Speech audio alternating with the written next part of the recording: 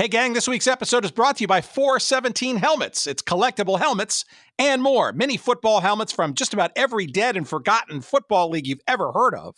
Also, mini baseball helmets from the Negro Leagues, as well as custom helmets. You want your business or your organization represented in a cool mini helmet format?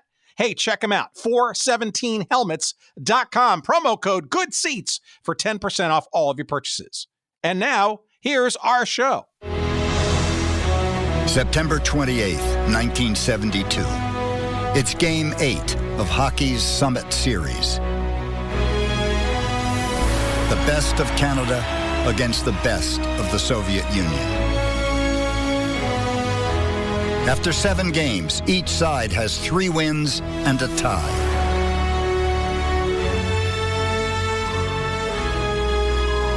In Canada, the entire country is virtually shut down.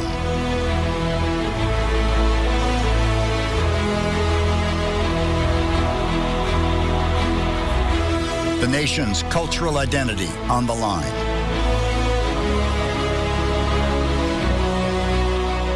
As the Soviets pull ahead after 2 periods, 5-3, frustration mounts. During the intermission, the goaltender Ken Dryden says to himself, "In 20 minutes, I will be the most hated man in Canada." It was the ultimate test of the 2 hockey superpowers. Those guys were playing with passion. Everybody knew that it's a war. Now they're pointing at each other back to the net. Parise is totally incensed at this call. 2 hostile economic and political systems. Capitalism versus communism. We're not going to lose. No way we're going to lose. This was for the prestige of the country. We are the world champions. I was like a man possessed. Really the hardest fought game I think I've seen in years. On that ice, it's just sheer war. These 2 teams are going at it. They're not The Cold War, the us against them attitude was exactly what this turned out to be.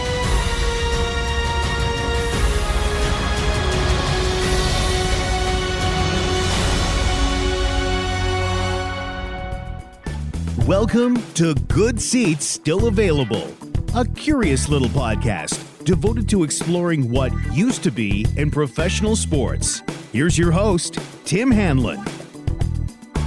All right. How are you, everybody? Welcome back to you as well as to me.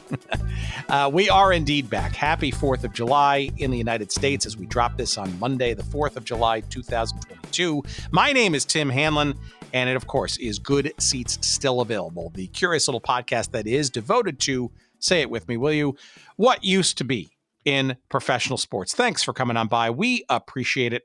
And what better way to celebrate Independence Day here in the United States than by going to Canada? Yes, we're going to Canada this week. Who knows? Who knows why? But we had the opportunity to go back to a topic that we first investigated in our episode number 194 with our pal Rich Bendel, the 1972 Summit Series. And if you're a Canadian citizen, you know that series almost as part of your birthright, and the craziness around it and the defining sports moments, plural, that are still to this day seared in Canadian sports history. And this was a somewhat unassuming series of exhibition hockey games, preseason kind of at that, preceding the 1972 NHL season. And even that was a drama because the World Hockey Association was coming onto the scene at that time too. So some of the players, arguably some of the better players or best players, could not participate. And this was an exhibition series against the then Soviet Union, the Red Army team, by all accounts, the best. Well, it was the Red Army team. I think it was a collection of Soviet all-stars. But we'll get into that. The the situation. Why am I bringing this up? Scott Morrison is our guest. And if you're a Canadian hockey fan, you know the name Scott Morrison because you've either heard him on television or the radio or read his stuff. Probably one of the most plugged in and long-lasting hockey reporters and commentators on the scene. And his brand new book from Simon & Schuster is called 1972, The Series That Changed Hockey Forever, with a foreword by Phil Esposito, he of the current Tampa Bay Lightning organization. Obviously a pretty darn good season for them this year and certainly the last 2 years. But I digress. This is the 50th anniversary, this upcoming September, of this dramatic series of games that, like I said earlier, was largely a sort of eventful, kind of, I won't say hastily arranged, but it was, promotional. It was done as a preseason sort of tune-up for the NHL. And again, this was sort of against two dominating countries in the sport of hockey at that time, the then Soviet Union and Canada. Canada mostly perceived to be the top country on the planet when it came to the professional game. And the then Soviet Union generally accorded that same status as best in the world on the amateur front, quote unquote. You remember the Soviet Union, their approach to amateurism, certainly less than that, shall we say, in terms of that. Paying players and grooming them to be professionally qualified players, albeit retaining their amateur status, all part of the intrigue of this series and this tectonic battle, if you will, and maybe the first real time on the national or international stage, I should say. And as we learned in our conversation in episode 194 with Rich Bendel, and as we will go even deeper this week with our pal Scott Morrison, this is a series that is just not only iconic, but just is just part of the history of the country of Canada. It's not just sports history, but history. It was truly one of those Canadian moments where, if you were alive at the time, you remember where you were during the playing of this series, during the winning of the series in Game 8. Yes, they played 8 games. And just how important it was to Canadian pride. And the drama, the ups, the downs, the sidewayses of all of it. And it's fascinating. It's intriguing. Will continue to be so. And a great excuse, this 50th anniversary of this series. We got a couple of clips embedded in this episode, and a great conversation with our new pal, Scott Morrison, coming up. We're going to be talking about Canadian hockey and just the outright gigantic significance of this series that changed hockey forever. I don't think that's hyperbole as we talk about 1972 and the Summit Series coming up in just a few moments' time. Let's stick with some hockey promotional goodness and somebody we haven't really called out lately, and I think it's high time we do. It's VintageIceHockey.com, VintageIceHockey.com, and it's if you want to celebrate and remember the defunct hockey teams that, for whatever reasons, don't take the ice anymore, perhaps a special place in your heart or that of your friends and family from back in the day, well, this is the place for you. T-shirts and all kinds of other stuff with the logos of some of these great teams that you may just remember from the past at VintageIceHockey.com. It's Kevin Schultz and his pals in Florence, Kentucky, of all places. It's the home for all of those teams from long ago, both fondly remembered and those just simply and abjectly, he says, forgotten. And of course, we've got a promo code for you. It's Good Seats for 10% off all of your purchases. And look, you can shop the teams alphabetically from the various states and countries. Perhaps some of the arenas you might remember, like the Cincinnati Gardens or the Long Island Comac Arena. And we're talking about teams from both the major leagues, like the World Hockey Association, but also from those minor leagues that you just may have forgotten.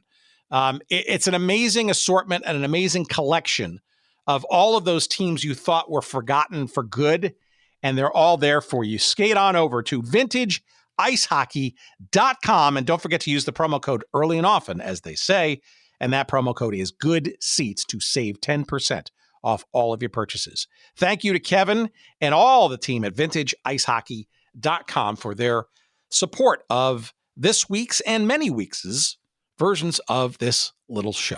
All right, let's waste no more time. Let's get right to our fun and in-depth conversation with the author of 1972, the series that changed hockey forever. Here's our conversation with hockey journalist and commentator and broadcaster and all that stuff, Scott Morrison, we had just a couple of weeks back. Please, as always, enjoy.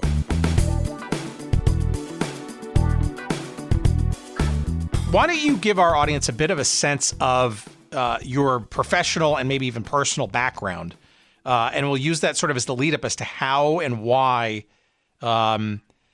your approach to this topic, which is to the Canadian citizen, if you will, nothing new and full of lore. I'm just curious as to how you, what's your adjunct to the story, either on a personal or professional level? Well, I'm old enough that I was able to watch the series as I think it was a couple of weeks ahead of my 14th birthday at the time. And my parents were kind enough, because the games in Moscow, one was on a Sunday and the others were on weekdays. And they were kind enough, even though the country stood still then. It was like 16 million out of our population was 25 million at the time were watching on TV. They rolled TVs into the gymnasiums at the schools and into the classrooms, and they let kids have transistor radios, and they can Google what that means, the young ones. Transistor radios in their pockets with earpieces, and there would be people standing on the streets looking through the windows of department stores, electronic stores, watching the game on during the days, and offices stopped. And I wrote a book leading up to the 20th anniversary, and the title was The Days Canada Stood Still. And Canada really did stand still during that series, especially those final games in Moscow. So I was able to watch them. And, as a Canadian, a kid growing up playing hockey, I mean, it was just one of those moments you never forget. And for our country, for a generation and many generations, I guess, it was a where were you moment. That time where you can always remember what you were doing, where you were, who you were with, and how you felt when the moment happened. And then I got into journalism. I loved it from a young age, and I got in and was sports writing when I was like 18, 19 years old, and went on to become a hockey writer and a sports columnist and a sports editor, and did a lot of TV work, and went into TV full time with the Sportsnet, which is the all sports channel up here, and Hockey Night in Canada. Had 2 visits with them. And so hockey's been a big part of my life. And that series has been a big part of Canada's history and a lot of Canadians' lives. Well, so for you, there's a couple of different sort of things going on simultaneously around this time in your life, right? So certainly one is you're Canadian, okay, which is a given and understandable. And for our American and international audience, we'll kind of delve into a little bit as to why that's especially important. But it's also perhaps some budding exposure to a sport that not only just comes with the territory being a Canadian citizen, whether you like it or not, but maybe even a sort of a budding professional kind of approach or adjunct into it. But interestingly, and perhaps maybe more universal, certainly from what we've done over the last 4 or 5 years of our various explorations into stuff in pro sports that, either in team variety or leagues or sports or whatever that have come and gone. The impressionable youth thing, especially if you're a young male who is inclined towards sports, which, generally is pretty common and straightforward, at least historically. This series, right, is happening right in the midst of, I would argue, your, peak, shall we say, sports attachment years as a young red-blooded Canadian kid. Yeah, absolutely. I mean, at that age where you've played for several years already, and At the time, we didn't have Major League Baseball in Canada. We didn't have the Blue Jays. We didn't have, basketball. We didn't have the Raptors. We had our Canadian Football League, which was huge at the time, but hockey was the thing, and that's what everybody grew up with. And, winter sports country, hockey was our thing. Hockey is our game, was Bobby Hull's book. And, the great influencer of that time was that the world, as much as you want to say it was a different, and what's going on in the world now with Russia and Ukraine, it makes you think that the world isn't that much different, sadly. But it was a different time in that, it was communism versus capitalism, democracy, and, the East versus West, the Cold War. And, sports were put on pedestals that, whether it was Olympics, if someone won a gold medal or a series of this magnitude, which was first of its kind, which made it so unique in its own way. But they became political statements that if your athlete won, it was a testament and a boasting about your way of life and your political system and all of that. And, the world was a really divided place at that time. And we didn't know a lot about the Soviets back then. They were a black and white image on the nightly newsreels, and they were communists and they were taking over countries and they were this great threat, and they were the big bad Russian bear that we feared in many ways. And so to come together with them, the political dynamics that went beyond just the hockey pride that was involved was something that really gripped a nation as well, because it was about winning, to say you were the best on the ice, but also you were the best off the ice. All right, so you spent a lot of time in this 50th year sort of anniversary recounting in this book.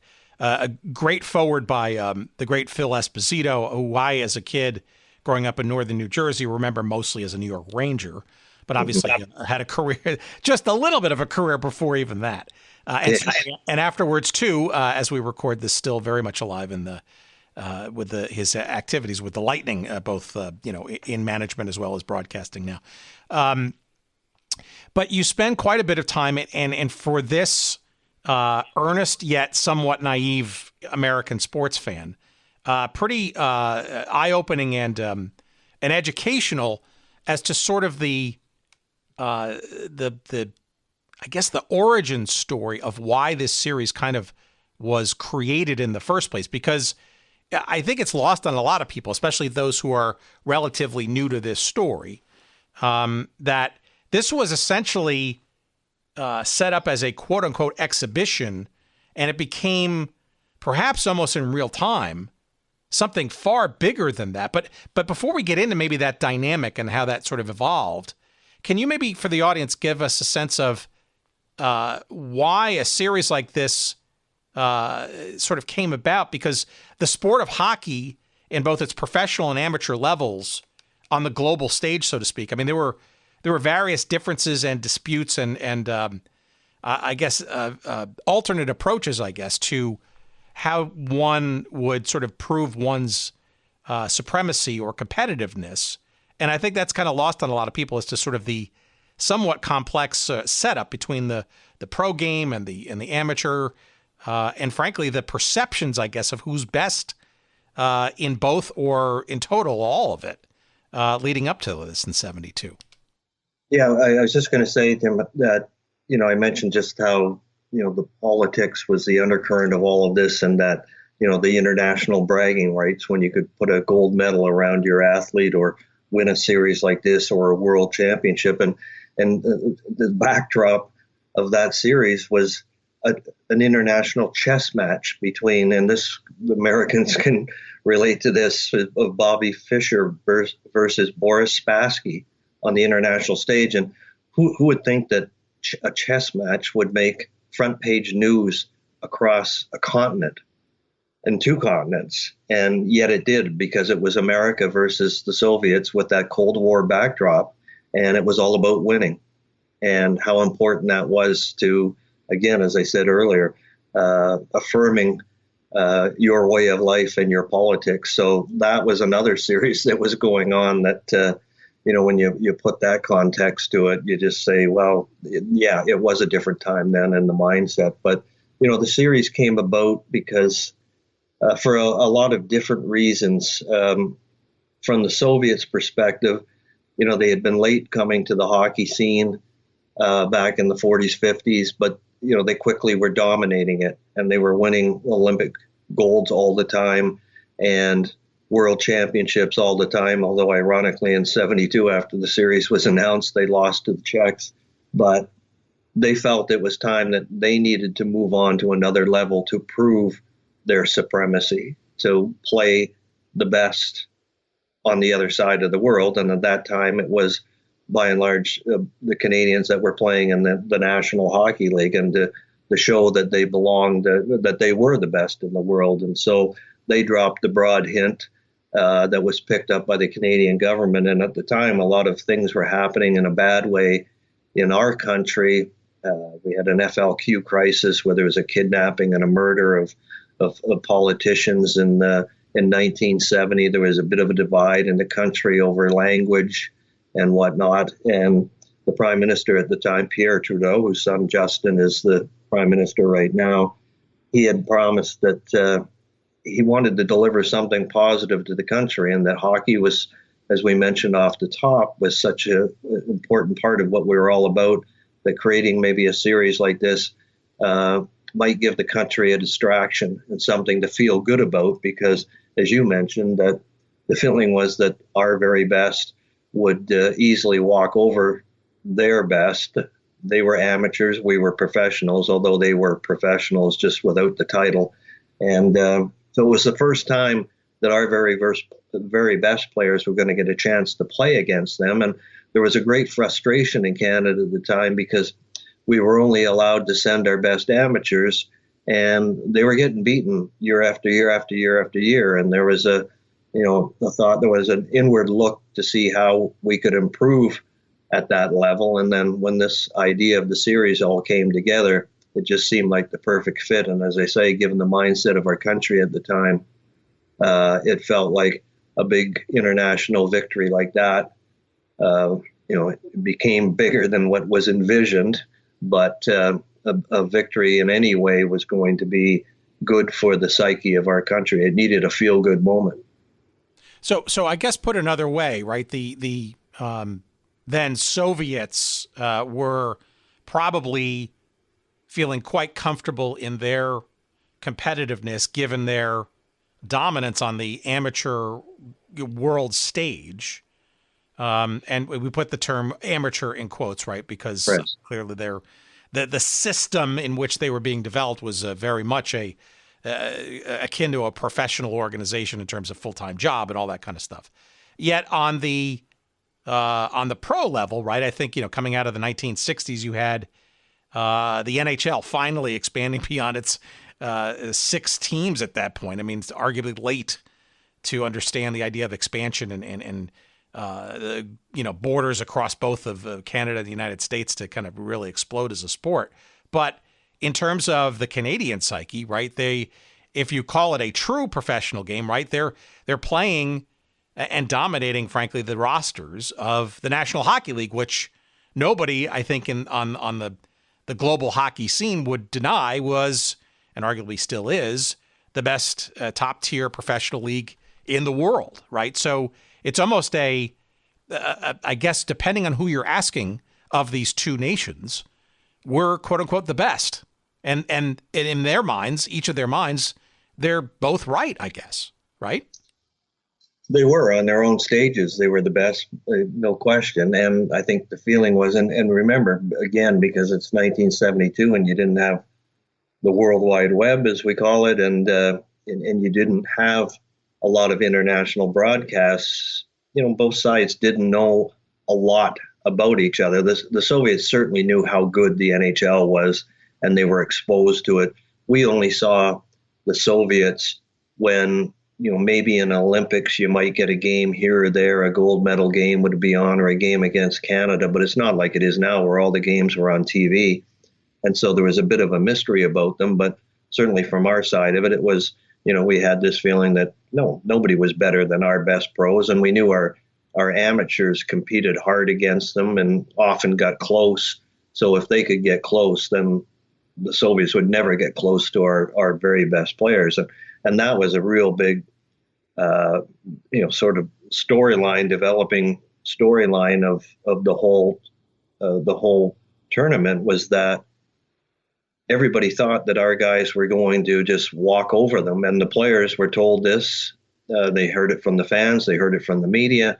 And that was the mindset. They went into training camp, which was a bit of a lark.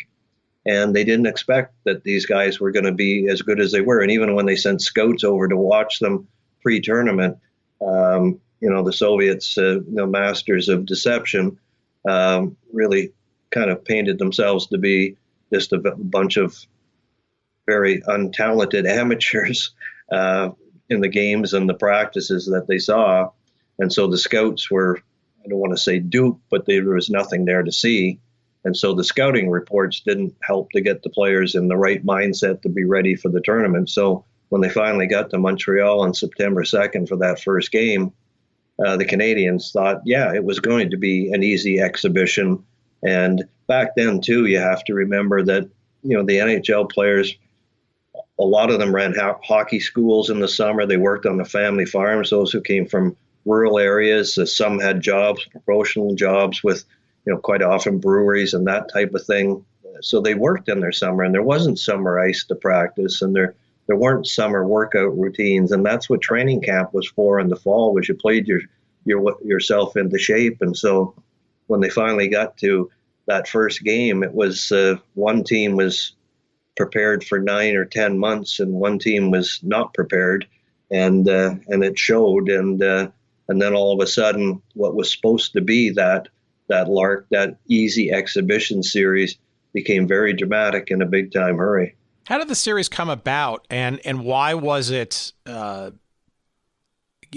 created as what would then become a preseason event leading into the NHL season? Like, why set up there, say, versus, I don't know, mid-season somehow as a 1 or 2 week break, for example? Yeah. Well, as I say, one of the things is a lot of the NHL owners, especially the owners of the American teams, didn't like the series from the beginning and had to be talked into it, and assured that there would be some money shared amongst the teams. And so it was Clarence Campbell, who was the president of the NHL at the time, Alan Eagleson, who was the head of the Players Association. They had to assure the owners that everything would be taken care of. There'd be money put into the players' pension fund that they wouldn't have to deal with, and that sort of thing. So they weren't in favor of the series in the beginning, and to have that interrupt their season was just not something that would ever be contemplated at that time, the way we do it now, or have done now with the Olympics and that type of thing. So, but as I say, off the beginning, the Soviets wanted the bigger challenge, the bigger stage, and Canada had its issues with the amateurs and the sort of the climate of the country at the time, needing a feel-good moment. And Eagleson, so the Prime Minister was on side, and Alan Eagleson had envisioned in 1966, he was sitting with Bobby Orr and Carl Brewer in his backyard, listening on having a barbecue and listening to the World Cup of Soccer on the radio, and saying, why can't we do that with hockey, but do it with the best players, not just the amateurs? And so there was lots of different seeds that were planted that all came together in the spring of 1972. We'll get to Eagleson in a second, because he's his own enigma. You mentioned the pension fund and all that, and that's obviously a root of it. But but also explain to me, too, the role of the then fledgling World Hockey Association in all of this, too, because there is a real issue with truly getting the best, if you will, professional players of Canadian citizenship, because this new brash Dennis Murphy-led, Gary Davidson-hyped league was siphoning a number of quality players across on both sides of the border, by the way, And for some reason, the WHA players, whether it's politically driven or not, were not allowed to be part of this for some reason. But even though some of them were the best players in the country by all standards. Yeah. So the WHA was born that year, and we're going to kick off their season in the fall of 72, up against, or just after, I suppose, the Summit Series was over. And part of getting the NHL owners on side, and with having Eagleson involved, and you know, the push from Trudeau and Hockey Canada, which was born at that time, was that the NHL owners were assured that no WHA players would be allowed to play in the series, that if you weren't under contract to an NHL team on the eve of training camp in the middle of August, then you weren't eligible. And of course, that, and several of the players that ultimately did jump to the WHA, including Bobby Hull and J.C. Tremblay and Jerry Cheevers, were part of the original roster that had been announced by Harry Sinden. And then he had to remove those names because of that agreement being made, unbeknownst to him at the time. And so, because Bobby Hull signed with Winnipeg, and Cheevers and Sanderson and Tremblay all signed with WHA teams, they weren't made eligible. And Phil Esposito, who, as you mentioned, wrote the foreword to the book, made a bit of a stink at the time, saying, well, don't call us Team Canada, call us Team NHL. But that wasn't what the ultimate goal of the whole thing was going to be. It was supposed to be Canada versus the Soviets. But a lot of the politics and the business of sports came into creating and deleting that roster. And of course, the other player that was missing at the time, not because of the WHA, but because of his infamous and famous knee injury, was Bobby Orr, who had led the Bruins to the Stanley Cup that spring, most valuable player, but had to undergo knee surgery. And as much as he kept trying to get back to be a part of it, the knee just wouldn't cooperate. Well, to the outside observer and the one looking back 50 years, as I am, it seems like there's almost a battle of hubris here, right? The NHL, maybe it's not hubris in the NHL's case, because I guess they could be forgiven for, I don't know about worrying, but certainly having a hefty amount of disdain for this challenger to the the almighty NHL, which had finally, augmented and granted new franchises and stuff and was growing. I guess it was a persona non grata thing, right? If you cross us, you can't be part of this mix, even though it would seem it would have been to the betterment of the, Canada versus Soviet Union dynamic, from a competitive perspective, right? But I guess it would have been better for the Canada Soviet, absolutely. But because of, again, the business of and the politics of sport, and again, a lot of those NHL owners, they weren't worried about the outcome of the series, and most of them thought that it was going to be a lark for Canada anyway. So their attitude was, we don't want these guys who are jumping to WHA, who are throwing around big amounts of money, which really annoyed the NHL owners. We don't want to promote those players and have people say, well, there's so-and-so from this WHA team or that WHA team. So again, underestimating what the series ultimately became, and then for a bunch of those owners not really caring about Canada playing the Soviets, and more worried about their own businesses and the cost of doing business about to go up dramatically because of the money the WHA was throwing around. That's what was driving a lot of those decisions and the agreements that were ultimately made. Yeah, and the uncertainty too, right, about what was going on and the talent wars that would sort of evolve and all that stuff. But all right, but let's go back to this other issue though. This is set up as an exhibition, a preseason at least in the minds of the Canadians and the NHL, right? So it's almost curious. It's very curious to me as to.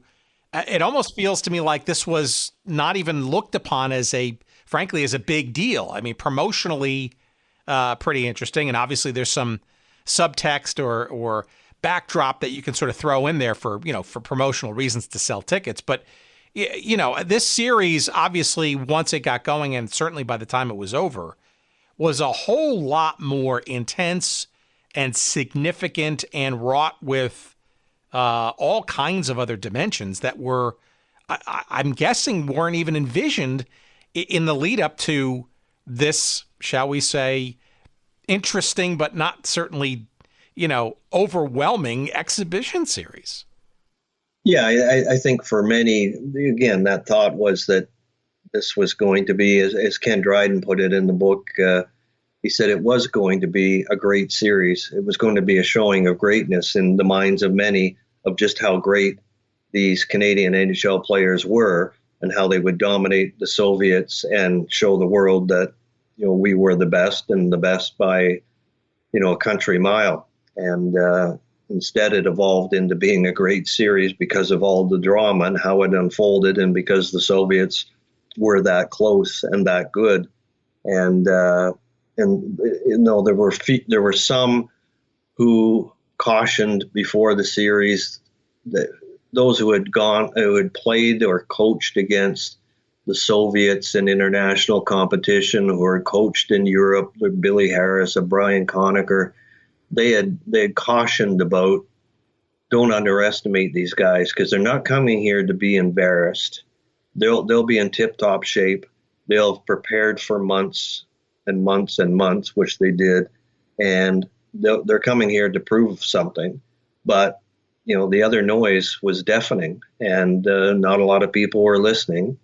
And so that expectation was that this was going to be, as Ken said, that showing of greatness, of how just great the Canadians were and how dominant they would be. Ultimately, they did show how great they are, but in a much different way because of how the series unfolded. And the series became wildly different after that opening night in Montreal, when Canadians went up 2-0 within the first 6 minutes, and everybody thought this is going to be what we had been told it was going to be. And then all of a sudden, the players are sitting on the bench saying, "Uh-oh, these guys are good, and they're in great shape. We got a handful here. We're in trouble." And the Soviets win the game 7-3, and all of a sudden, that laugher, the exhibition tour, became a series. And as it evolved, because of pride and because of, as I mentioned, that backdrop of, the politics of the day and the pride of succeeding on that international level, it became much more than just an exhibition series. Yeah, it's interesting because, you look at seemingly everybody in the hockey world in North America, sports writers and folks in the league and just, people who understand the sport and were part of it, right? It wasn't a matter of, will Canada win this exhibition series, but, frankly, by how much, right? I mean, 8-game sweep and all that kind of stuff, right? And but I guess the preparation is sort of my next question. I mean, this obviously, as you hinted at before, is a preseason situation. And a lot of these players are essentially starting, I'm guessing, what was preparation for their NHL season now a few weeks earlier than they normally would have because of this new commitment and series. And I'm guessing some of them not only didn't sort of take it all that seriously and maybe thought about it mentally as sort of part of a training kind of exercise, having, if you will, fun and attention-grabbing exhibition games as part of their training. But I'm guessing, too, from a fitness perspective, obviously, we're not necessarily ready to go, even with a couple of weeks training, to even be at any kind of peak performance level to defend the country, so to speak, against the bitter enemy. Yeah, well, and they didn't think they were defending the country. They thought the battle had been decided once the ink was dry on the paper, that they were the winners, and then that's what they kept being told. And yeah, the training camp, Brad Park tells the great story in the book. He's from Toronto, and that's where training camp was, and his wife was close to giving birth during that training camp, so he stayed at home And he said, I go to the rink in the morning to go for practice or scrimmage. And he said, I'd look around the room and I'd look at the guys and they say, oh, the boys had fun last night. And yeah, they had a lot of fun, and they didn't take it overly seriously because, and Phil talks about it in the forward that, we just weren't told that it was going to be anything close to this. It was going to be like an all-star game, and it was going to be easy and just a lot of fun on the lark, and we'd travel and see the world, and they'd see our country, and but then all of a sudden, as I say, when that first game ended up the way it did, it became very dramatic and very different in a big time hurry. And then again, the players' mindset back then was, even with the training camp for that series, some took it really seriously, like a Paul Henderson and an Ellis and a Bobby Clark, because they really wanted to be a part of it, and they were more on the fringe. But a lot of the guys were pretty much a lock, kind of cruised through it with that mindset, and still knew that when the series was over, they'd go back and play exhibition and training camp with their NHL teams, and actually be ahead of some of the players because of this, of playing the 8 games and be ready to go. So it was as I say, a whole different mindset at the time.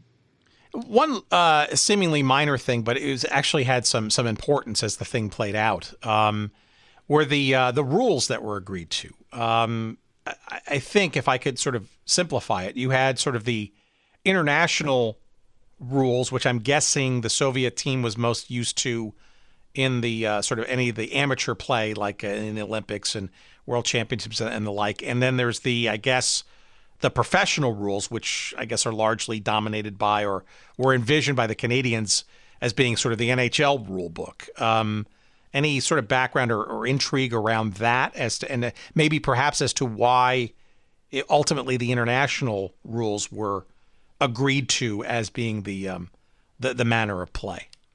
Yeah, I don't think it was as much the rules per se as, and then there were some nuances like changing ends after 10 minutes in the third period because they used to play outdoors internationally and it would be the wind advantage. So you would change ends of the rink. So that stuff was kept, but it was by and large allowing international officials to work the games. And again, I think because of the mindset of how it was going to be an easy time for the Canadians, that it was a concession that was given to the Soviets and the International Ice Hockey Federation that was kind of behind it as well, that, okay, you can use your quote unquote amateur international officials. And as it turned out, and what people kind of, again, because of not thinking it was going to be that dramatic of a series and that intense,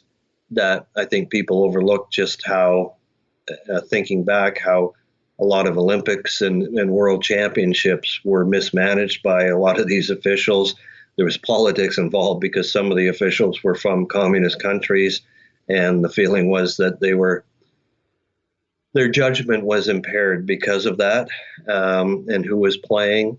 And at the end of the day, so they had American officials doing the games in Canada, and then they had the European officials doing the games in Moscow, but none of them were really equipped to officiate at that level with the talent that was on the ice and with the intensity that was involved in the series. So it became a real big factor that, as that series got more and more intense, it got dirtier at times in terms of the physicality, and the officials they couldn't keep up with the play, and they didn't have just kind of that savvy to deal with that level of intensity.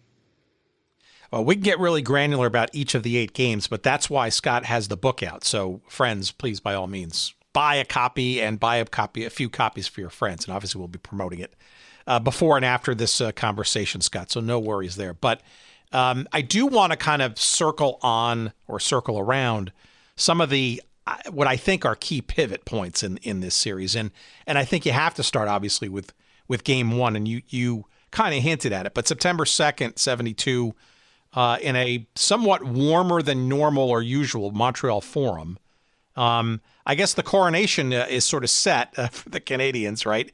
Probably the most hallowed hall, although Toronto fans might disagree, of Canadian NHL hockey.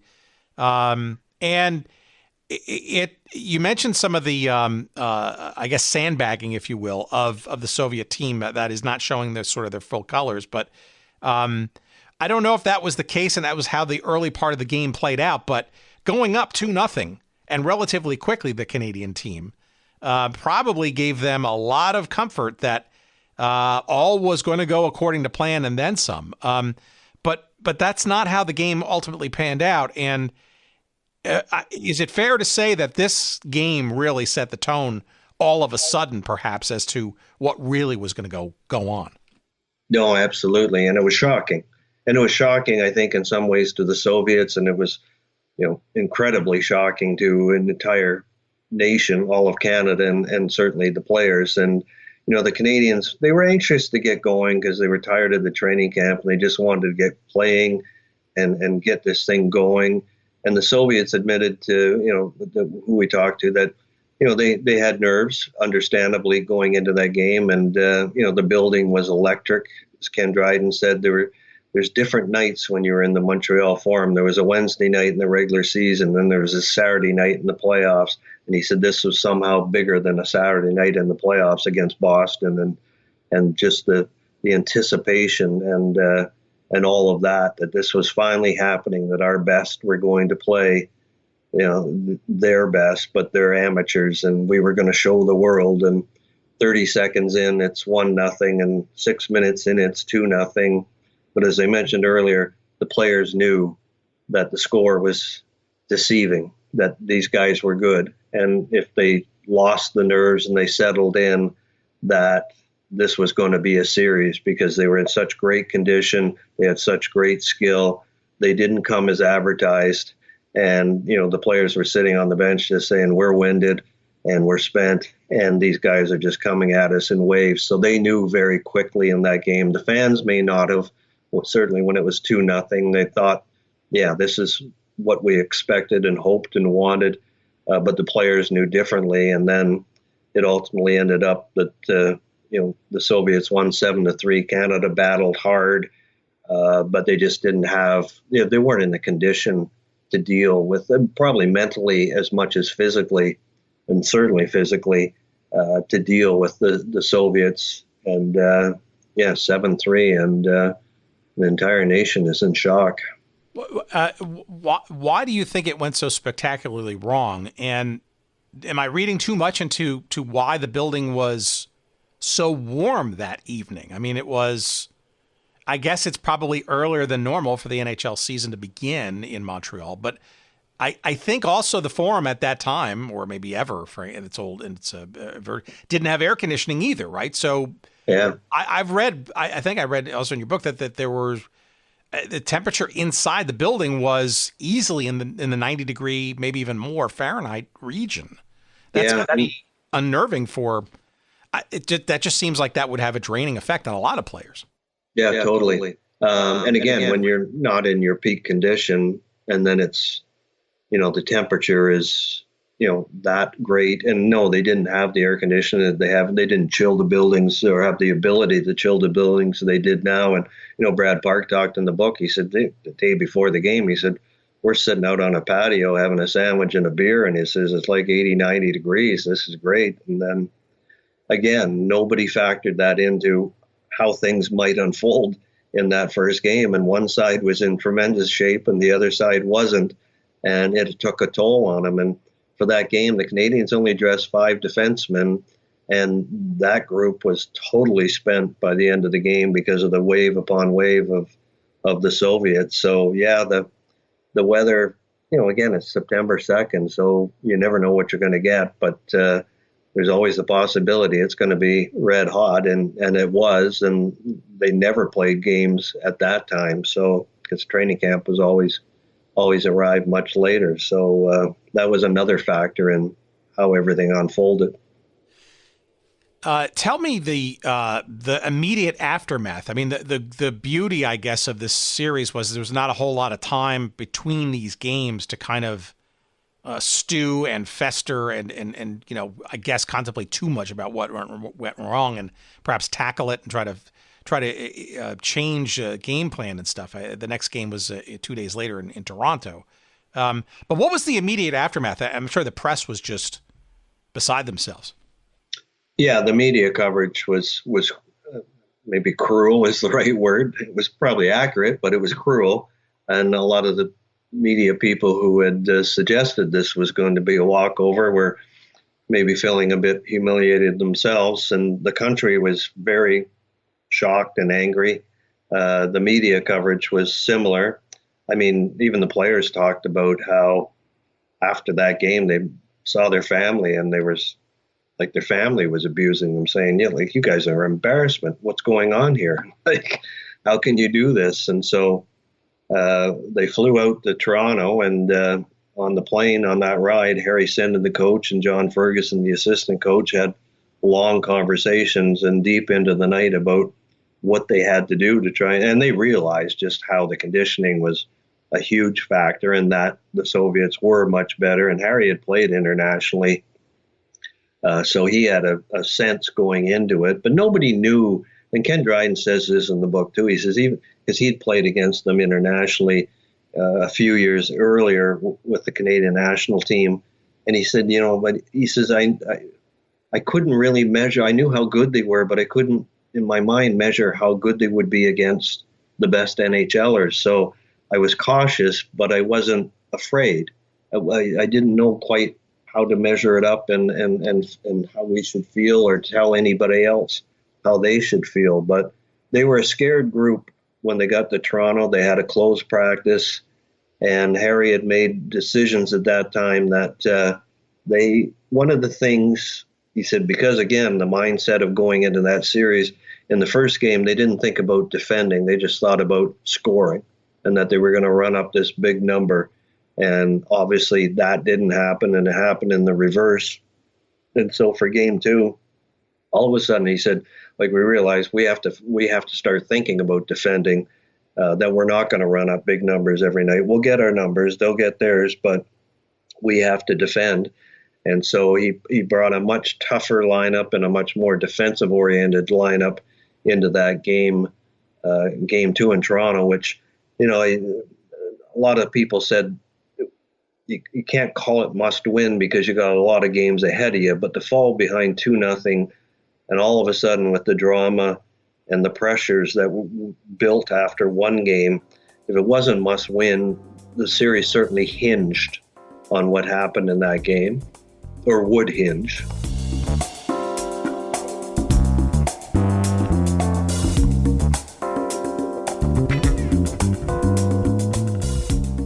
All right, what's this? 417 helmets. My goodness. Well, you've heard me talk about 417helmets.com, collectible helmets and more on this very show fairly often. Our pal Judd Lesher down in southwest Missouri, I think in the Springfield, Missouri area, if I'm not mistaken. What is it? 417helmets.com. Well, first, if you dig all of our great football stories and episodes of the past, and you'd like to commemorate some of them in mini helmet form, really cool, sort of literal, high quality, professionally, made materials, but in a mini format that you could put on your desk or put on your in your bookshelf or whatever it is, and just about every league that's ever existed, save from the NFL. We're talking XFL, old versions of. The WFL, remember the World Football League? How about various teams, both current and past, in the Canadian Football League? But also NCAA teams of yore and NAIA college football teams of yore. All of them and many, many, many more available for you at 417helmets.com. But that's not it. That's not it, friends. There's plenty more to be had. How about mini baseball helmets? Yeah, a whole bunch in the Negro Leagues, and yes, officially licensed by the Negro League Hall of Fame. You can get a bunch, and they're making more all the time. And by the way, custom helmets can be made too, both of the baseball and the football variety. you got your business, maybe a promotional thing you want to do for your company, perhaps your organization, you want to raise some funds, all that kind of stuff. Great custom approaches to both mini football and mini baseball helmets can be made at your command. For you to enjoy and to sell or resell or give away, all of that and more. That's the more part at 417helmets.com. It's collectible helmets and more. And we've got a promo code for you, too, for whatever you purchase, all of them. All of your purchases, 10% off all of those when you use the promo code GOODSEATS. Again, promo code GOODSEATS for 10% off all of your purchases at 417helmets.com. Thanks, Judd, and thank you all for listening and trying them out. And now back to our conversation.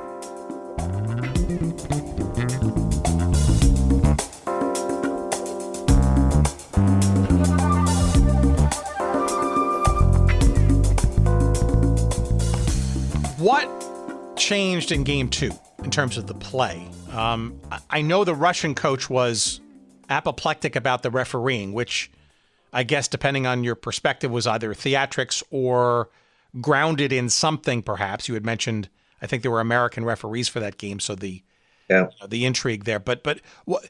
I mean, scared. You said scared. I mean, I'm sure they were also stunned and acutely aware that they had upped their game. The Canadians did. So, what was different about it besides winning 4-1 in that game?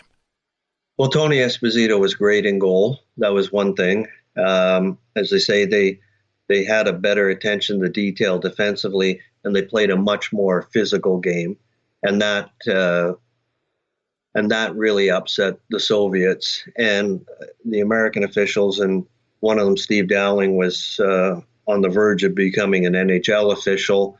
As he said, that they had a little bit of a different way of calling the game than the Soviets were used to internationally, where they would allow much more of the physical play to go on. And so that helped the Canadians. And they had a great, strong forecheck. They put together some units that got some more speed in the lineup, some units that were used to each other. And even so, that game teetered partway through, and they're up 2-1. There's a shorthanded situation, and Phil Esposito and Peter Mahovlich conspired on. Peter scored the goal, one of the greatest shorthanded goals I've ever seen, and Paul Henderson says the greatest that was ever happened in Maple Leaf Gardens. Over on the far side, right in front of the goal, went wide of the net. Zeman knocked it back to the goal. It rolls off to the side. They failed to clear it out. Lapointe failed to get it away. Then Esposito cleared out. It's a race down with Peter Mahovlich going in on goal. Right in! He scores! Peter Mahovlich. What an effort by Peter Mahovlich. What can you say? That Russian is still wondering where the puck is. Peter Mahovlich made an absolutely beautiful move. He has picked up the puck inside his red line. Now look at him isolate Polidyev. He gets him to put his legs together, isolates him, and then walks right around him. And what a move he made on Tretiak. Tretiak was completely fooled. Look at the move. He holds him with the big slap shot, walks around with the big reach. Now look at the move here. And holds it and jams it in the behind.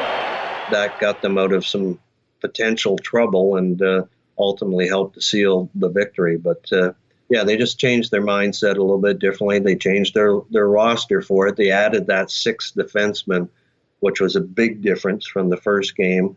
And so all those things and better goaltending at the time, that helped them as well.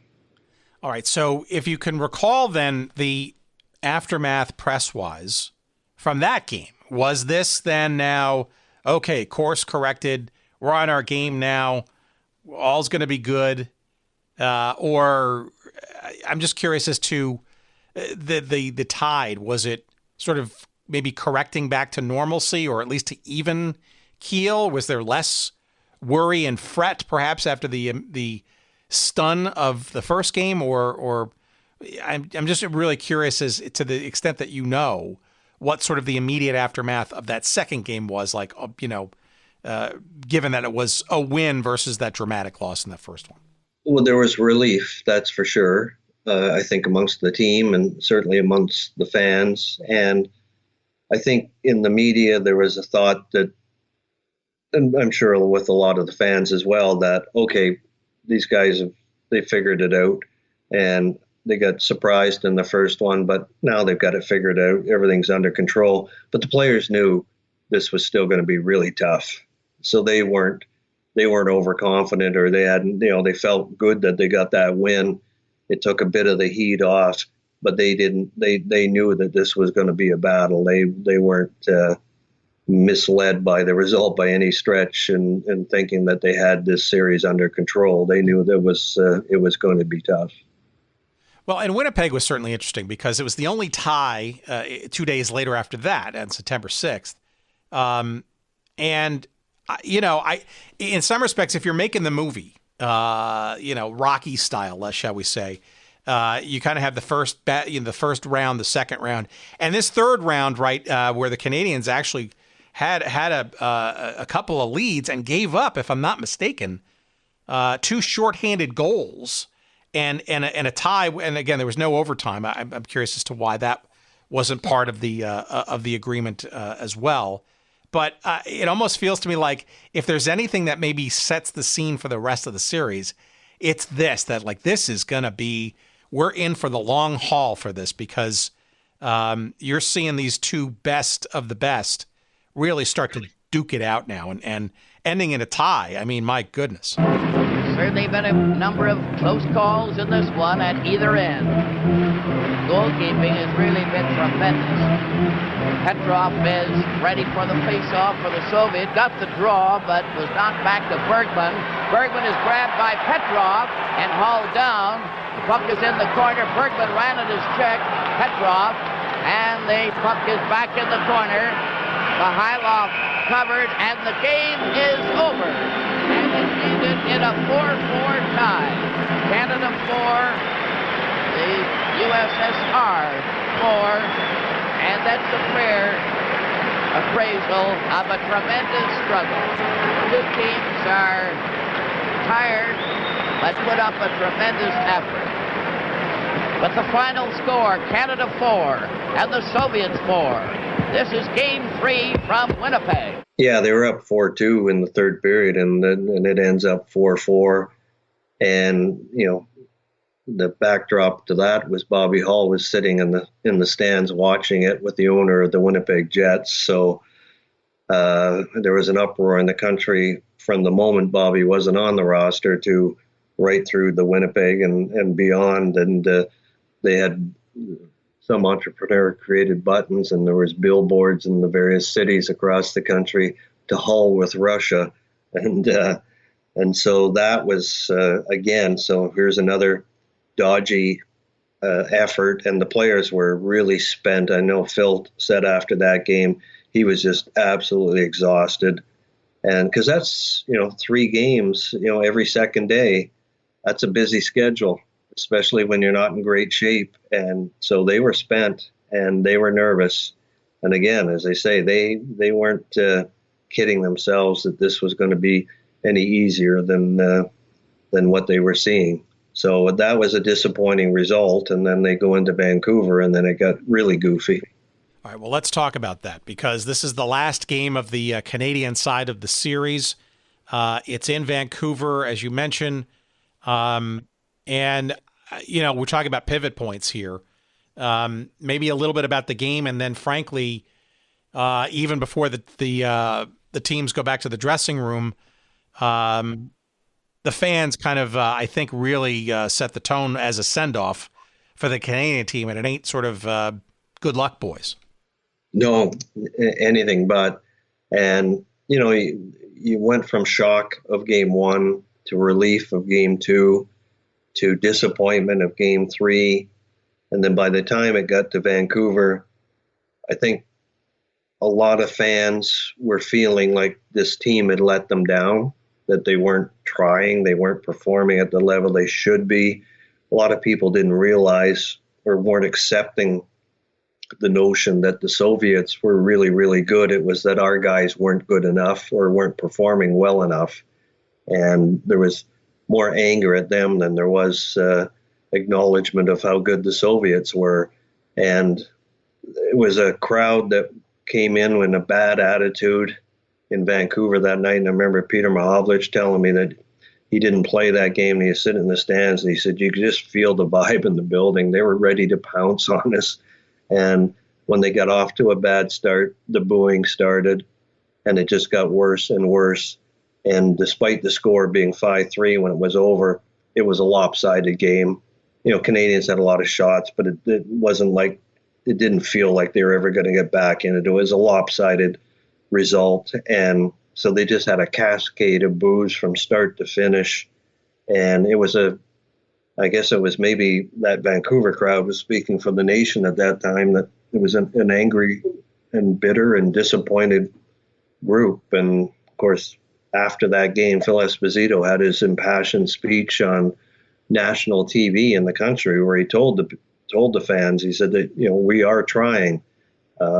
This series isn't what was advertised to us, but we're trying. We're giving 100, as he put it, 150%.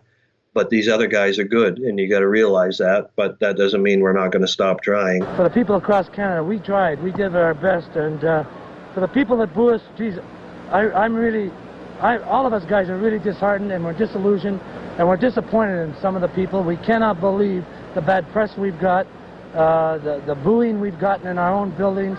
And if the Russians boo their players, if the Russians boo their players like some of the Canadian fans, I'm not saying all of them, some of them booed us, then I'll come back and I'll apologize to each one of the Canadians, but I don't think they will. I'm really disappointed. I am completely disappointed. I cannot believe it. Some of our guys are really down in the dumps. We know we're trying. What the hell? I mean, we're doing the best we can, and they got a good team, and let's face facts. But it doesn't mean that we're not giving it our 150%, because we certainly are.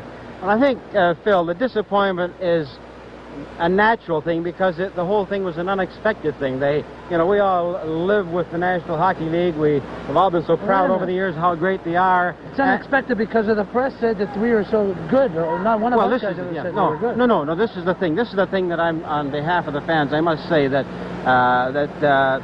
probably, since everything is relative, we know how good you people are. The people didn't realize how good the Soviet team was, and now we found out how good they are. I think we can appreciate how good both teams are. But I'll tell you, we love, I mean, every one of us guys, 35 guys that came out and played for Team Canada, we did it because we love our country, and not for any other reason, no other reason.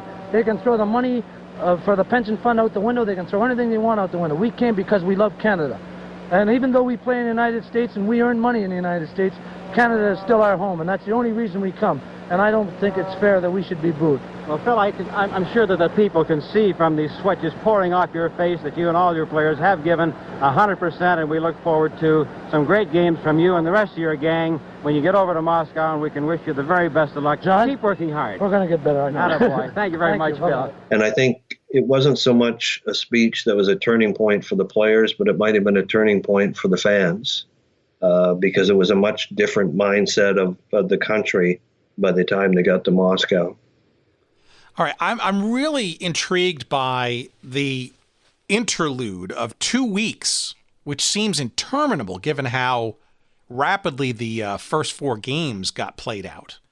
But 2 weeks between the end of that game and the beginning of Game 5, and not only for travel, but what seems to be kind of lost in all this is that there are actually some, further preparation games for both teams with other teams in the lead up to the eventual Game 5 of this series. I think the Canadians played a couple of exhibition games in Sweden, if I have that right, and then the Soviets had a couple of games in a tournament that they had locally. Maybe you can describe some of that, because to me that's curious. I wonder why, given the intensity of this series and why you'd want to. I don't know. It's curious to me as to why you'd have exhibitions in between a big exhibition series itself. Well, I think it speaks to, again, that the the feeling going into the series of how this was going to be this great exhibition friendly, and it wasn't going to be intense because one team was going to dominate the other, but it'd be a great experience for both countries and great exposure for hockey. And so they built in a little bit of break after the first 4 games in Canada, and then they went to Sweden for 8 days and played a couple games there, but those games ended up being intense and ugly and all of that as well. But it was a time that was favorable for the Canadians because they actually came together as a team. And you have to remember, they had players from 10 different teams on that roster, but much different time then in terms of how the players interacted with each other from different teams. And when you played for New York, you hated Boston, and you played for Boston, you hated Montreal. You played for Montreal, you hated Toronto, and you didn't interact. And even though they were together through training camp and those first 4 games in Canada, they were in pockets. They weren't there as a team when they finished after the rink to go for dinner or go for a beer. They went as their little group of players from whatever team they were from, by and large. But when they got to Sweden and understanding the magnitude of what they were staring down, that's when they became a team off the ice as much as on the ice, and that was a very significant development. And the Soviets got home, and a lot of their players went and played in one of their championship series, away, not as a national team, obviously, but some were given time off, which was unheard of at the time, and almost spoke to them being almost overconfident on their side of it. And others played with some of their club teams in their national tournament. So again, as I say, it just spoke to what the feeling was like going into the series. And remember, too, after Game 8, there was an exhibition game for Canada in Czechoslovakia.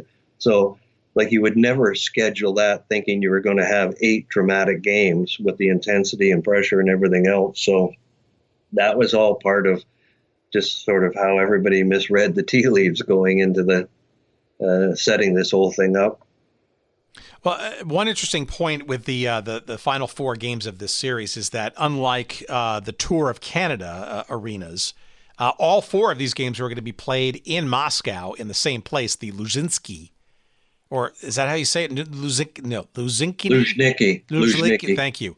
Ice Palace, which is what I don't know if it's a cracker box. I guess it was about 14,000 seats and stuff. And I do I have this right? A few thousand Canadian fans actually did make the trip. 3,000. Yeah, 3,000. And interestingly, they were allowed, I guess, to make some noise. And I think the fans in the stands, however they were generated, shall we say, or chosen, were a little maybe taken aback by the fact that there was this loud, boisterous, albeit minority contingent, where I guess in the Soviet game, those kind of outbursts and cheering were kind of not common. No, exactly. And those 3,000 fans, like, they all bought those tickets and those travel packages before the series started.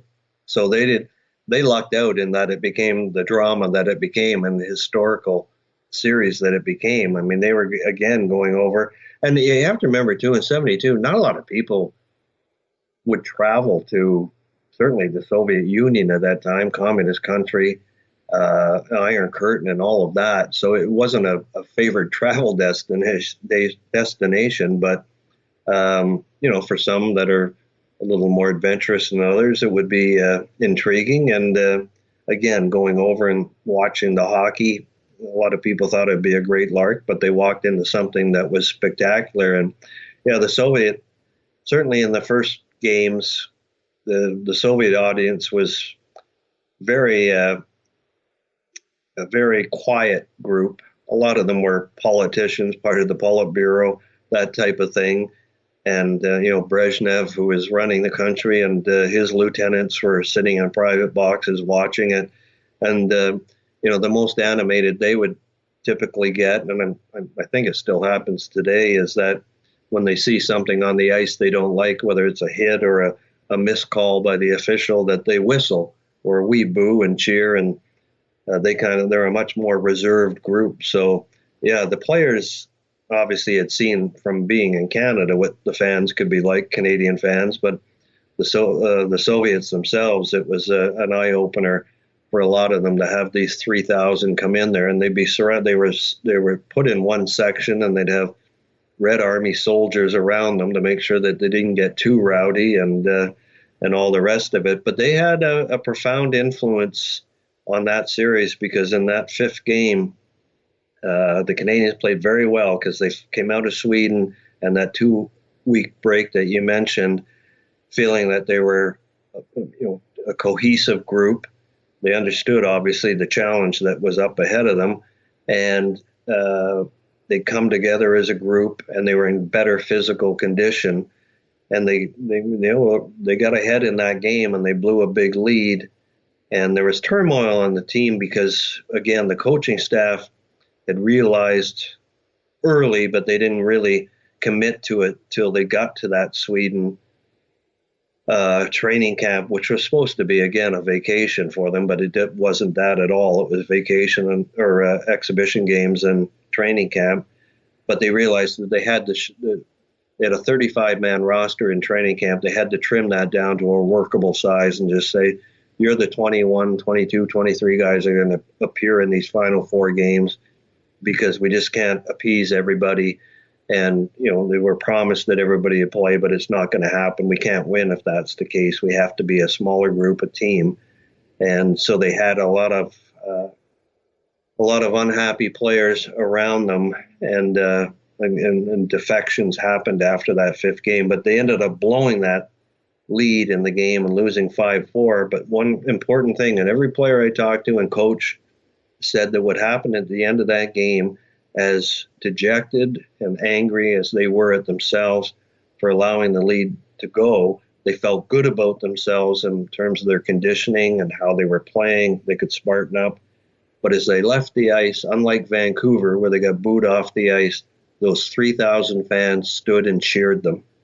And every one of them says that struck them as like, okay, we're playing for the country again. This isn't just, we're on our own. We're playing for our country. All right, I want to get to the last 3 games, but a quick asterisk on that, right? There's the rink, right? I think the team was prepared for the fact that it was going to be wider. Yeah. But I'm not sure the team was prepared for the notion of plexiglass not being behind the goals, but instead, you want to describe what was there instead? Well, it's like it'd be like a screen like you would see in a backstop in a sandlot baseball, that type of thing. Maybe with a little more spring to it, but that type of thing, like a fencing, basically. And there was no glass along the sides of the boards, so it was just this fencing meshing behind the nets. And as I say, no glass along the board. So it was a big adjustment for the players because they're used to, the defenseman would get back in their zone. You're used to banking the puck off the glass around the boards, chipping it out off the glass out of the zone, and you couldn't do that anymore. So that was a different look. And then the way the rink was set up itself, and that was almost like I don't think they do it now, but they may still, but in soccer, they'd have what they called a moat that would be around the side of the stadium that would separate the field from the fans. And they had a moat around the ice surface behind the boards, and the soldiers from the Red Army would stand around in the moat, so they'd separate the fans from the boards. So it was a very, again, when you didn't know a lot about the country and the people, and you only knew that they were communist and they were, that scary Soviet Union that you saw in the news back then. That was kind of an intimidating setup. Yeah, although at the beginning of the game, though, there was literally something that I want to say proverbially broke the ice. But yes, Phil certainly talks about it in his intro. Maybe for the uninitiated, and I don't know how pivotal that this moment was, but it was certainly it added some comic relief, I guess, to maybe some of the tension. Yeah, it did. So one of the traditions of international hockey is that the two teams exchange gifts. But one of the things is that the Soviets welcome the Canadian team. And one of the things they did is They had a loaf of bread, which is an important part of their culture in terms of as a welcoming gift to their home. But they also gave a bouquet of flowers to all the players. And then one of the petals fell on the ice. And when they were doing the pregame introductions, Phil stepped on one and he landed on his butt, went up and down. And so Phil being Phil, the ultimate showman, he got on one knee like a thespian actor and give the great wave of the right arm to the crowd. And as he said, I looked up and saw Brezhnev in his box, and the guys around him were laughing, and Brezhnev had just had this big scowl on his face, but Phil felt like he had touched him. But it became a funny moment. And it was an interesting thing is that Brad Park, and I talked about earlier about how the players from different teams didn't fraternize and how they came together in Sweden, is that Brad Park, who had been an enemy of Esbo and the Bruins before they all got traded years later, but he reached down and helped pick him up off the ice, and it was like a moment again of showing the camaraderie that had developed. And Brad had talked about when they were in Sweden, there was a controversy about whether the wives were going to be allowed to come in and stay at the hotel, and they had a vote, and it was a unanimous vote that it had to happen or they were going home. And he says the first time that group had ever been unanimous about anything. So it was just another symbolic moment of how they'd come together as a group. Well, I'm not sure anybody at that moment would have envisioned that now down 3. Well, the Soviets had a 3-1-1 record going into the final 3 games, which basically meant that the last 3 games the Canadians had to win. And I don't think, I'm sure not everybody would have envisioned that that's indeed what happened. Obviously fraught with drama. But the Game 6, sort of mini series, I guess, of those last 3 games, that was just a wild one, especially given, I think, what is still regarded sort of controversially as, I guess you could call it the slash. Maybe you could talk a little bit about sort of why that was sort of an incident that's kind of stuck out, perhaps among a whole bunch of other incidents in the series. Yeah. So obviously they basically, there was a lot of, as history looked back on it, there was different ways that they could have tied or won, but they basically, Canada had to run the table over those final 3 games to win the series. There's a lot of talk about goal differential and all that as time moved on, but they had to win and get it done. And so one of the great Soviet players in that series, and at that time, was Valery Harlamov, who had a great night from opening night on, and that Ellis, Clark, Henderson line had been assigned to go up against his line, and Ellis in particular was assigned to try to shadow him and neutralize him, and they did a great job. But he was a great player, so he got his points and goals and whatnot. And in that 6th game, at one point between periods, John Ferguson, the assistant coach, one of the hardest nosed players in NHL history, and a great player in his own right, he just said to the room, he said, "This guy's killing us. We got to do something about him." And he left it at that. And Bobby Clark, who's a hard on the sleeve guy who would win at all costs, he went out and he gave him a hack on the ankle, and down went Harlamov. And I don't think and Bobby talked about it with me in the book, and he didn't intend to. The ankle wasn't broken. It might have been fractured, although there's debate over that. But it was certainly, the ankle was hurt, and he had to leave that game. He missed the 7th game, came back for Game 8, but was not the same player at that point. But he did what he thought was necessary to try and win, because that series, as I said, the emotion had gone from one level to 20 levels higher, and the players called it. It was a war. Both sides said it became a war, not to diminish what that word really means, but that was the emotion at the time, and you would do anything to win. Players said, stuff that we did in those games, we'd never done in a regular season game or a playoff game, but this became bigger than all of us. And So stuff like that happened. And in fairness to Bobby, stuff happened on the other side too. It was dirty both ways. And there was a scene in one of the games where Ron Ellis told the story of Gary Bergman got kicked in the shin by one of the Soviet players, Mihailov, and the skate blade went right. They didn't have the same kind of guards that we have on the blades now, and the skate blade went cut right through the shin guard into his leg. And he said, I remember sitting in the room after the game, and Gary took his skate off, and he held it up and turned it upside down, and he said a puddle of blood poured out of it. So he said there was dirty stuff happening on both sides.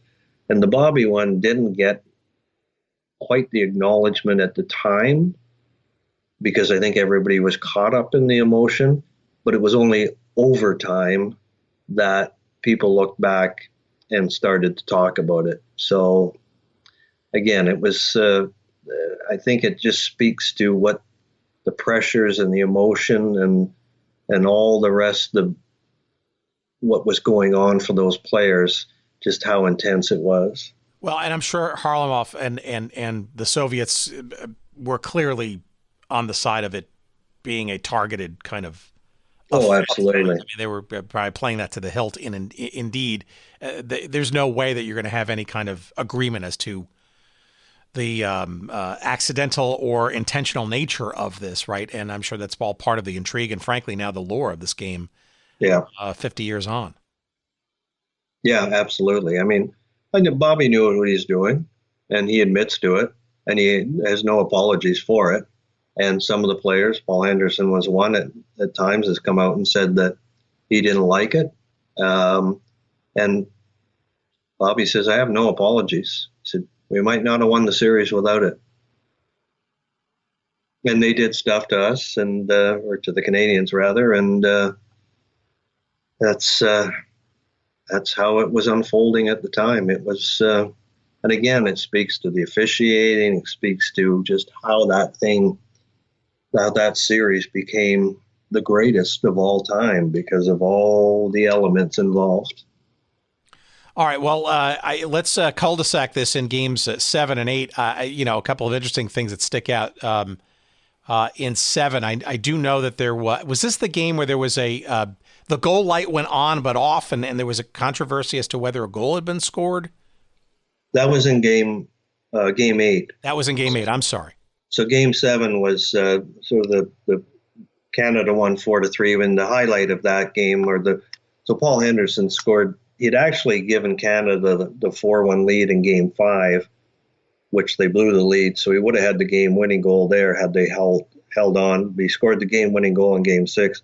In game 7, they won 4-3, and he scored what he called the greatest goal from a skill perspective he scored in his life, where he was like a 1-on-3 on the defense and went in and deked them all and scored, and that became the game-winning goal. And he said, the greatest goal in my life. And I said, well, it was the greatest from that perspective, but the next one became pretty great as well, but a different kind of goal. But so there's all of a sudden another game-winning goal for the hero leading into game 8. There's 5 aside, 2:20 left in the game, a 3-all tie. Puck goes into the corner, Lapointe shooting it back to the net to Savard. Savard is trying to get out, lobbed it ahead. Henderson going down, got to the defense, goes right into the goal, scores! Henderson, right through the score for Canada. A beautiful goal by Paul Henderson. Henderson makes a beautiful move on this goal, and he's being mobbed by his teammates. But this is an absolutely beautiful move by Henderson, and the goal judge was a little slow in putting the light on, but there's no question that puck was right up into the top and the back of the net, and Tretiak really had no chance on that quick little maneuver by Paul Henderson. So what happened actually in that game 7, now that I think of it, is when he scored that goal, the goal light was slow going on that night, and nobody thought anything of it, just thinking the goal judge was a little bit asleep at the switch. But as it turned out, that the goal light became a bigger factor when they got into Game 8, and that was when they'd fallen behind 5-3 after 2 periods. Espo got them back to 5-4, and then Cornwall from Espo made it 5-5, and the goal light didn't go on at that point, and that's when Alan Eagleson went charging down to the penalty box area where the scorers are, and got interrupted by the Red Army soldiers, and the Canadians emptied their bench to go over and rescue him from these soldiers. Peter Mahovlich jumping over the boards, swinging his stick, and he says, not very smart at the time, swinging my sticks, and these guys have got rifles and guns, and he says, I'm swinging my stick trying to get Alan rescued from the penalty box, as it were. Yeah, and a real sign of just how unbelievably fraught this series had become. And now with the series essentially hanging on the final Game 8, I mean, in many respects, you could not have scripted it any better. Before we sort of get into the latter bits of that game, maybe a bit about what was going on in Canada at the time, because this game, Game 8 now, all of a sudden, not all of a sudden, I mean, a lot of people were following it for sure, but I think that just the added drama of the fact that the Canadians had come, if you will, all the way back in this series and now had a chance to actually win it in the final game. I mean, what was going on in Canada? I got to think that it was just nuts in terms of hype, and I'm sure the timing of the game, right, was a little different too, right? For people to, but this was akin to perhaps maybe not only a Super Bowl, but almost like a moon landing for Canada, no? No, absolutely. And yeah, I mean, in Eastern Canada, I mean, in Ontario, Toronto, that area, they were like midday, noon, 1 o'clock games. So, but as I say, at the time, there was like 16, 17 million out of 25 million population were watching the game. So virtually everybody who was old enough to watch was watching. And as I say, the title of the earlier book, and this one is the game that the series that changed the game forever. It did. But it was the days Canada stood still and the country just ground to a halt. You know, as I say, they rolled TVs into school gymnasiums and classrooms, and offices had TVs in them. Everybody's walking around with transistor radios. A lot of people didn't go to work, didn't go to school, myself included. And the country just stopped to watch because it was that big. And it was that big because of hockey pride, and it was that big because of national pride. And again, that how that world felt at the time. And so there was excitement, there was nerves. The fact that they forced it to that Game 8 and had the big, 6th and 7th game comebacks that they did to get there. There was a feeling that, okay, they're going to get it done. And then, of course, just to make it even more dramatic, they go down 5-3. And you talked about, Tim, the officiating earlier, and there's an incident in the first period where there's a Canadian penalty, and J.P. Parise goes over like he's going to club the referee over the head, gets kicked out of the game. And it's just like, as Ken Dryden said, he said, you could write all these elements of drama into it, but there always was one more element that seemed to pop up, and that was another one that just made it another incredible moment in an incredible series. And then to go down 5-3 after 2 periods on their ice, and I'm not sure a lot of us felt very confident at the time, but the team did. And Harry Sinden told them between periods, he said, don't try and win it in the first 5 minutes. He said, because you're going to give up a goal and then we're done. Just go out, plug away. If we can get one 5 or 10 minutes in, then we'll get another one. And if we get them on their heels, we're going hard in those final 5 minutes. And that's what they did. And that aforementioned goal light lag for the Canadians tying the game at 5. Did we ever get any understanding as to why the goal judge did not turn the light on, even though it was signaled as a goal on the ice, and then obviously stoking the ire and perhaps maybe even the passion that sort of gave the extra boost of adrenaline to the team to kind of go all out and win the game in the final minute from Eagleson? Park is trying to come out on the left side. A long pass to Phil Esposito going in. He shoots! Oh, right in front of the net. Esposito banged that. Here's another shot by Cornwallis. His goal! Canada have tied it up. The Canadian team grabbing each other there as the loose puck went around the net. And Canada tied it finally 5-5. Esposito makes an incredible individual effort on this goal. I can't say enough. Look at him fight for the puck. He gets it back out in front of the net after having missed it once himself. And I believe it's Ivan Cornwallis who gets the goal. Phil Esposito, once, he digs for it now and he keeps fighting. He gets it out. It's shot.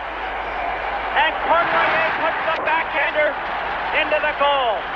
Now we see a fight breaking out along the boards.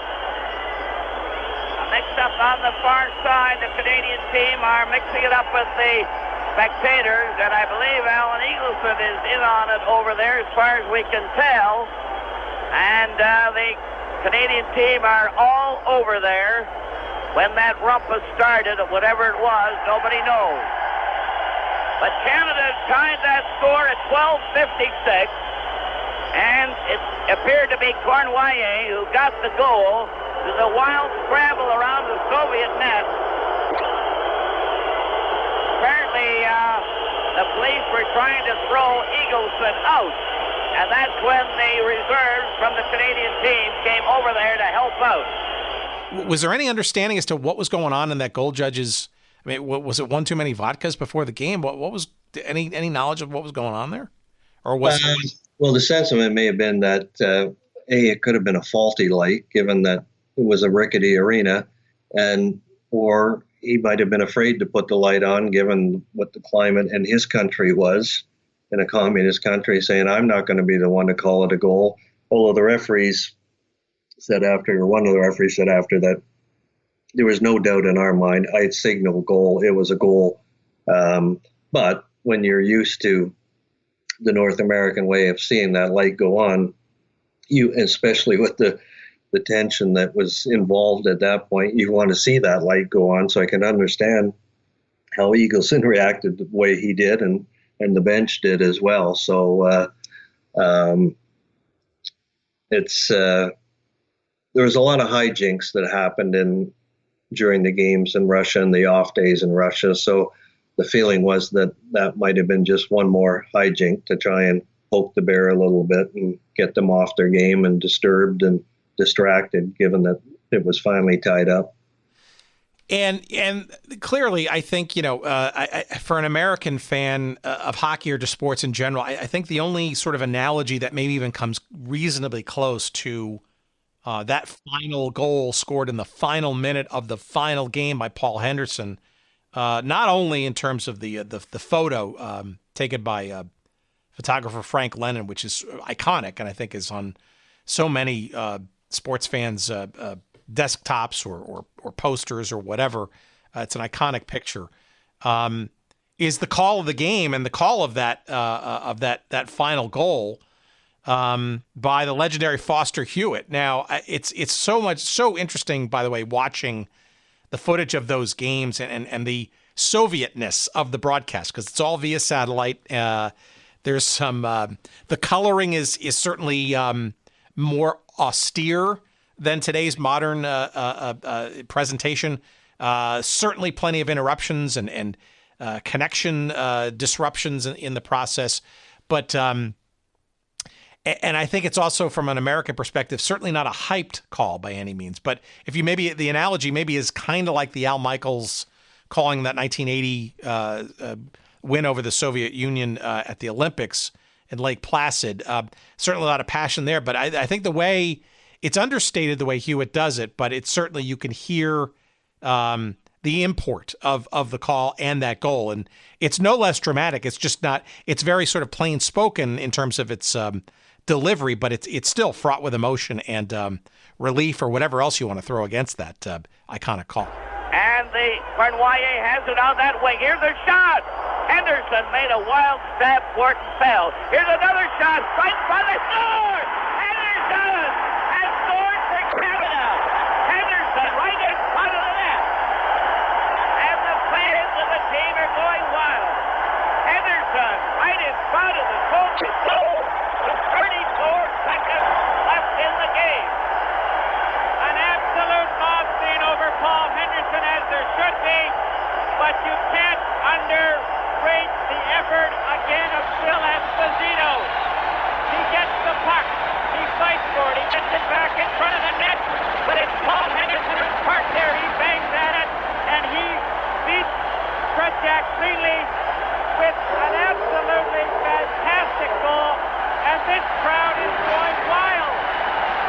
Yeah, no, absolutely. And that television signal had to go from Moscow to Helsinki to London to Toronto.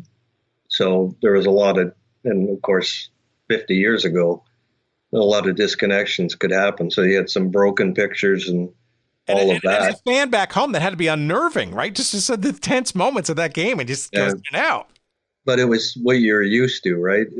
To see anything that came from overseas, even Olympics, when you watched Olympics at the time and that type of thing. Yeah, still pretty exotic, right? Signals. But no, on Foster's call, Foster was brought out of retirement. He was obviously the first broadcaster in hockey in Canada, North America, I guess. And he shoots, he scores was his signature call. And so an older gentleman at the time, but Henderson has scored for Canada were the 5 words, and with a lot of emotion behind it. But by the time that Al, who I think is one of the greatest announcers ever, Al Michaels, by the time he did the Miracle on Ice with Ken Dryden, who was the Canadian goalie for 1972, yes. Ironically, do you believe in miracles? So. In its own way, sort of understated, but excited because of how he called it and the backdrop of the crowd and all of that. So, as I say in the book, those words for Canadians of a certain generation certainly are never forgotten. Henderson has scored for Canada. All right, a couple of notes just to kind of tie up stuff here. And we can go on and on and on. And this is why the book is here. This is why it's still 50 years on and people still love to talk about it. So a couple of bits and then sort of a roundup question for you, because I want to let you get back to your life because I know you've got other things to do besides talk to me. Talking about television, interesting. It was shared broadcasts between the CBC and the CTV television network. Why? I'm just naive, I think, to the television setup back in the 70s in Canada. So we have the two major networks, CTV and CBC, and CBC is the national broadcaster, funded in part by the government. And at the time, nobody wanted to sort of take on the whole project again because of that whole undercurrent, as we've talked about, of it not going to be the great spectacle that it became. And also because the Olympics, the Munich Olympics, which sadly had the great tragedy with the Israeli athletes and trainers with the terrorist attack and the killings there that happened while this series was going on. So CBC was committed to, they were a broadcaster for that. So nobody could commit to it full time. But once it got to Moscow and then everything grew the way it did, and finally to the final game that both networks broadcast the game and used joint announcers, each of their announcers on it to show the game. So that's again how it grew in magnitude. Oh, that's interesting. And am I guessing correct that the Foster Hewitt call, which was on, it was everywhere. They kept Brian Honecker and Foster as the play-by-play crew, but they had different hosts for the broadcast on the separate networks. But it was essentially a simulcast aside from that.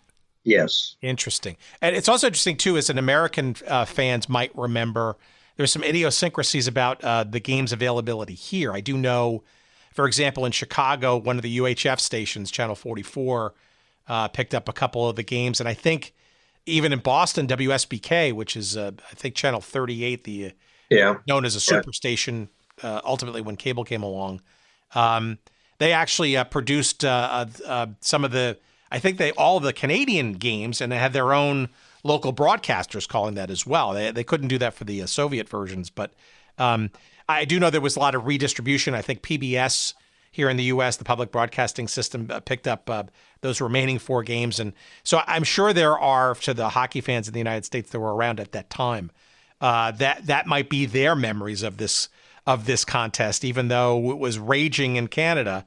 It was available for the hungry fan here in the United States as well, albeit somewhat hard to find. Yeah, no, absolutely. In Boston, because you had Esposito and, well, Orr wasn't playing, but he was still part of the group. And Chicago, Bill Wirtz, he was a big part of behind the scenes in the NHL of the Wirtz family at the time. It wasn't Bill, but his dad. But so they started to see how big this thing was becoming. And I think Eagleson was starting to convince them, or had already told them, and now they started to see that international hockey could be a big selling feature in the years ahead, which it ultimately became. And they started to think that, okay, maybe we should get on board with this a little bit more. All right, unfair last question then, and this is the legacy question.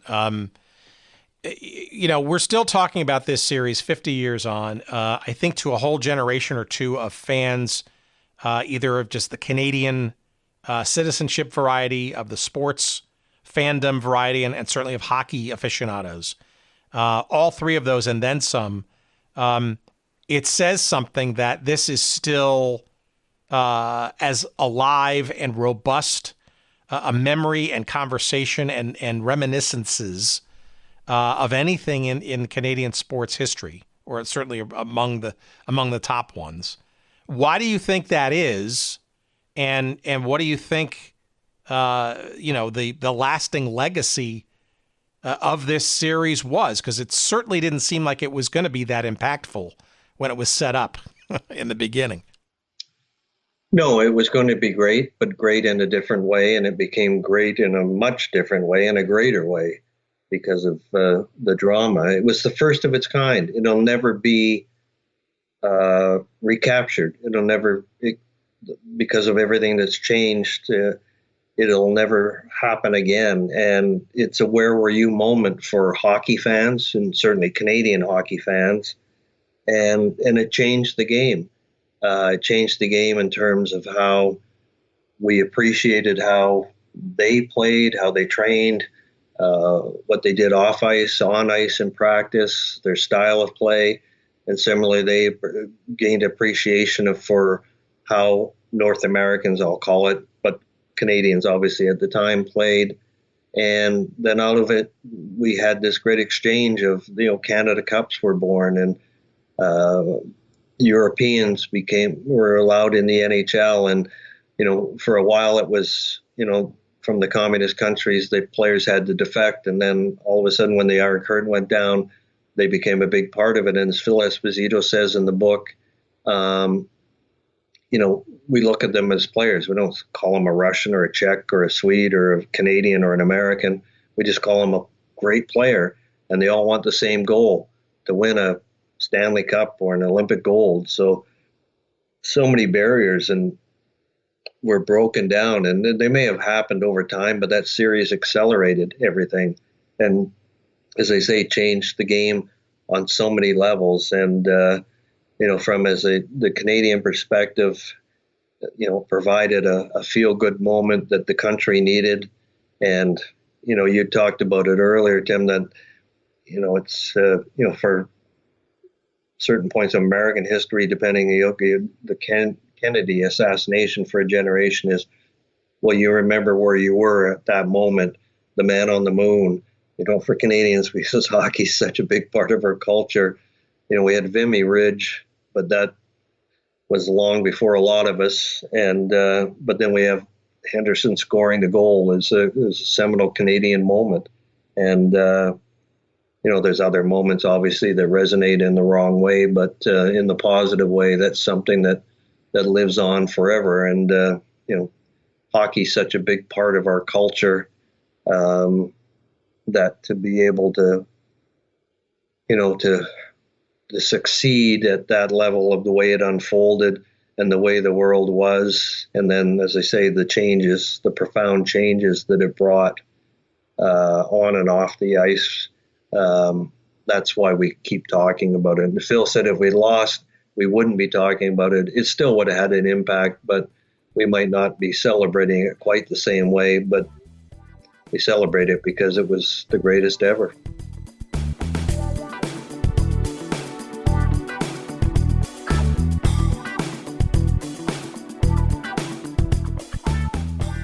My goodness. This series still intrigues 50 years hence. And we appreciate Scott reliving some of those memories with us. And the book is excellent. Highly recommended. It is called 1972, the series that changed hockey forever. It is authored by our guest this week, Scott Morrison. It is published by Simon & Schuster. It came out in May, I believe. So it's out there and available. There's a foreword, a great foreword, an excellent foreword by the legendary Phil Esposito. Just reading that foreword alone is worth the price of admission for this book. It really sets the tone about just how damned important this series is and was to the Canadian populace. You can, of course, find that book wherever good books are found. But if you'd like to give us a few shekels of referral love, because we don't shake you down for money on this here show, at least not yet, we could certainly be appreciative of you doing so from our website at goodseatsstillavailable.com. Just search up this episode number 266. My goodness. And you will find in that episode description a convenient link to the 1972 book. And we appreciate you doing so via that method. Let's see. You can follow Scott on his Twitter feed. He's at S Morrison Media. So that's the letter S as in Sam, Morrison Media, S Morrison Media, at S Morrison Media. You can follow us on Twitter as well, at Good Seats Still. You can follow us on Instagram at Good Seats Still Available. You can follow us on Facebook at Good Seats Still Available. Again, our website is goodseatsstillavailable.com. That's the locus for all things about this show. All episodes that we've ever created are available for you to search, browse, share, stream, do whatever. Of course, the best way beyond the website to ensure that you have every stinking latest episode of this show is to follow us or subscribe to us, whatever the method is, wherever you get podcasts. We're available just about wherever you can find them. So what are you waiting for? If you haven't already done that, please, by all means, do so. Our email address is hello@goodseatsstillavailable.com. You can also subscribe to our little weekly? Gee whiz, weekly. How about that? Weekly email newsletter. Sure. What it is a little description of what the next week's show is going to be, and we send that out over the weekend. A little bit of a head start for you super fans out there. And just find that link on our website somewhere and give us your email address, and you'll be on the list, shall we say. Our thanks, of course, to Jerry Payne, the great Dr. Jerry Payne. Thank you, sir, for your knob twiddling this week. And thank you for listening thus far and this far, and hopefully in the future, too. Thanks so much. We'll see you next week. And stay safe, everybody, and we'll see you. Bye.